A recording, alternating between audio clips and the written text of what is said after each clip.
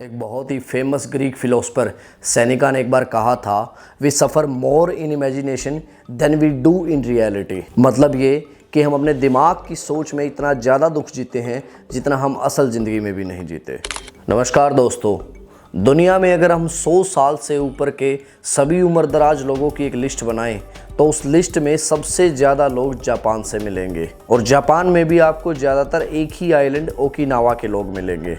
इस आइलैंड पर आपको लगभग 25% लोग 100 साल से ऊपर के मिलेंगे और यहाँ के ज़्यादातर लोग लेट 80s और 90s में भी बहुत एक्टिव मिलते हैं। आखिर ऐसे क्या सीक्रेट्स हैं जिसकी वजह से ये लोग इतने फिट और एक्टिव रहते हैं?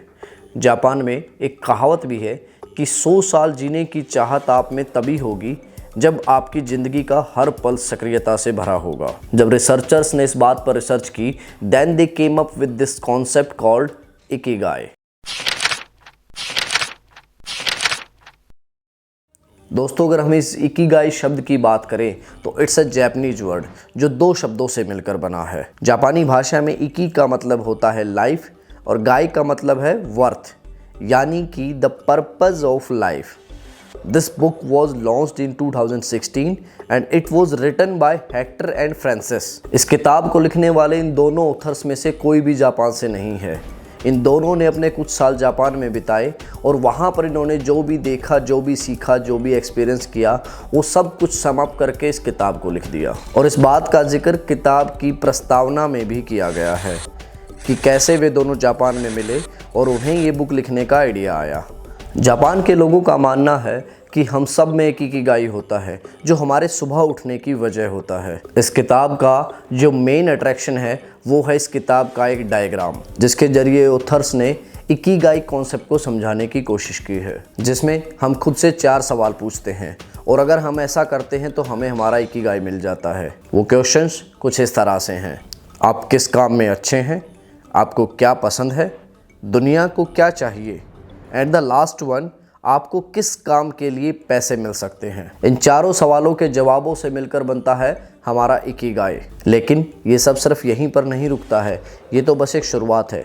चलिए इस डायग्राम को थोड़ा और एक्सप्लोर करते हैं। इन 4 सर्कल्स का जो इंटरसेक्शन है that is extremely interesting part. For example, आप किस काम में अच्छे हैं और आपको क्या पसंद है, इन दोनों का इंटरसेक्शन बनता है आपकी प्रेरणा, यानी आपका पैशन। आपने अपनी लाइफ में बहुत बार ये लाइन सुनी होगी कि अपने पैशन को फॉलो करो। तो जिस काम में हम अच्छे हों और वो काम हमें पसंद भी हो, वही होता है हमारा पैशन। इसके बाद जिस काम में आप अच्छे हैं और उस काम के लिए आपको पैसे भी मिल सकते हैं, then that becomes your profession, यानी कि एक पेशा या एक नौकरी। इसके बाद बात करें तो दुनिया को क्या चाहिए और आपको किस काम के लिए पैसे मिल सकते हैं, अगर इनको मिला दे तो इट इज़ योर वोकेशन, यानी कि एक तरह की आपकी योग्यता। और लास्ट में जो काम आपको पसंद है और दुनिया को भी उसकी ज़रूरत है, then that is your mission. और जब आप अपने पैशन और मिशन को जान लेते हैं और अपने वोकेशन के सहारे अपने प्रोफेशन को चूज करते हैं, then that combination of all these 4 things is your ikigai. तो ये था हमारा इकिगाई कॉन्सेप्ट, जो देखने और सुनने में आपको बहुत शानदार लग रहा होगा। लेकिन क्या आपको पता है कि इस किताब में जिस डायग्राम को इकिगाई कॉन्सेप्ट समझाने के लिए दिखाया गया है, असल में जापानी लोग ऐसा कोई डायग्राम नहीं बनाते हैं और उनके हिसाब से इकिगाई के ऐसे कोई 4 रूल्स भी नहीं होते हैं। उनके हिसाब से उनका इकिगाई वही होता है जिसे करने में उन्हें खुशी मिलती है। अब किसी को अपना इकिगाई खाना बनाकर मिलता है, किसी को पेड़ लगाकर, किसी को एक्सरसाइज करके, किसी को किताब पढ़ के, तो किसी को दोस्तों के साथ मस्ती करके। अब आप लोग सोच रहे होंगे कि दुनिया भर में 57 भाषाओं में बिकने वाली इंटरनेशनल बेस्ट सेलर बुक को मैं गलत कैसे कह सकता हूँ? मैं इस पूरी किताब को गलत नहीं कह रहा हूँ, मैं बस इस किताब में दिए गए इस मेन अट्रैक्शन वाले डायग्राम को गलत कह रहा हूँ। Let me explain you. इस भाई साहब को आप में से शायद कई लोग पहले से ही जानते होंगे। ये है मिस्टर संदीप लाठर, जो कि हरियाणा के जींद ज़िले से बिलोंग करते हैं। अब इन भाई साहब को प्यार है डांस से और इसी वजह से ये गए हैं डांस इंडिया डांस में ऑडिशन देने। लेकिन आपको क्या लगता है कि क्या ये डांस में अच्छे हैं? क्या दुनिया को इस टैलेंट की ज़रूरत है या फिर कोई इन्हें इस डांस के लिए पे करना चाहेगा? ये डायग्राम सिर्फ तब हमारे काम का है जब हमारे पास पहले से एक जवाब तैयार हो और हम उस जवाब को इसके चारों ऑप्शंस में फिट करके देखें। तो अब सवाल ये आता है कि क्या हमें ये किताब नहीं पढ़नी चाहिए? बिल्कुल पढ़नी चाहिए, क्योंकि मैंने आपको बताया था कि ये डायग्राम तो इस किताब का मेन अट्रैक्शन है। इसके अलावा भी किताब में और भी बहुत से विषयों पर बात की गई है। आपको 10 बातें बताता हूँ इस किताब के बारे में जो मुझे सबसे अच्छी लगी। पहली बात, स्टे एक्टिव, डोंट रिटायर। आपको पता है कि जापानी लोग रिटायरमेंट जैसे शब्द से नफरत करते हैं। उनका मानना ये है कि जब तक हम जिंदा हैं हमें एक्टिव रहना चाहिए और अपना काम करते रहना चाहिए। वे लोग कभी भी कोई रिटायरमेंट नहीं लेते हैं। Number 2, don't worry. जापानी लोगों का मानना है कि चिंता नहीं करनी चाहिए, हमें चिंता छोड़ देनी चाहिए। जैसे वो 3 इडियट में आमिर खान कहता था ना कि all is well, all is well, ठीक उसी तरह से। Number 3, don't feel your stomach. जापानी लोगों का मानना है कि हमें पेट भर के खाना नहीं खाना चाहिए, हमें लगभग 80% ही अपने पेट को भरना चाहिए। उनके अनुसार जैसे ही हमें खाना खाते खाते ये महसूस होने लगे कि पेट भरने वाला है, तुरंत उसके बाद खाना खाना छोड़ देना चाहिए। Number 4, surround your self with good friends. जापानी लोगों के अनुसार हमें हमेशा ऐसे दोस्तों से घिरे रहना चाहिए जिनसे हमें कोई ना कोई प्रेरणा मिलती रहे। Number 5, live in the moment. जापानी लोगों के अनुसार उन्हें भूतकाल के बारे में नहीं सोचना चाहिए और ना ही भविष्य की चिंता करनी चाहिए, केवल वर्तमान में ही जीना चाहिए। Number 6, cultivate good habits like exercise, meditation, reading books etcetera. Number 7, reconnect with nature.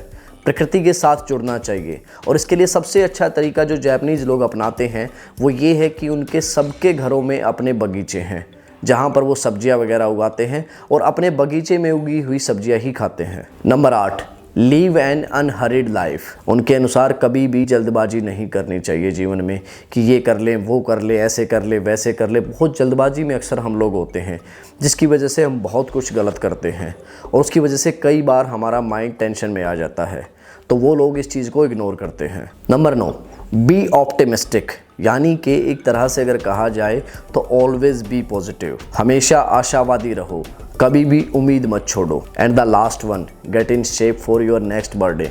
ये वाला मेरा भी फेवरेट है, क्योंकि इसके अनुसार जापानी लोगों का मानना है कि अपने अगले जन्मदिन तक अपने आप को और ज़्यादा फिट करो, और ज़्यादा अपनी नॉलेज बढ़ाओ, और ज़्यादा अपने जीवन को सुलझाओ। अपने जीवन में जो भी समस्याएं चल रही हैं उनको ख़त्म करने की ओर चलो।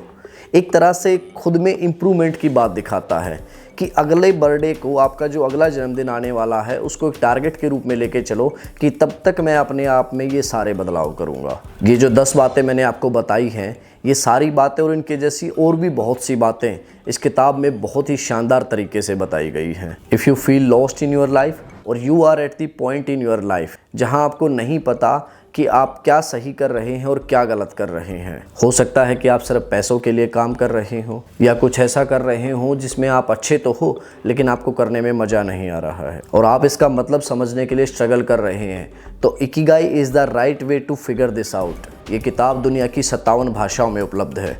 अगर आप ये किताब पढ़ना चाहते हैं तो ये बुक आपको ईजिली किसी भी बुक स्टोर पर मिल जाएगी या फिर आप इसे ऑनलाइन भी ऑर्डर कर सकते हैं। लिंक आपको डिस्क्रिप्शन में मिल जाएगा। दोस्तों, अगर आप बुक्स पढ़ने के शौकीन हैं और इस तरह की और बुक्स के बारे में जानना चाहते हैं तो जुड़े रहिए हमसे और बुक्स पढ़ना शुरू कीजिए। धन्यवाद।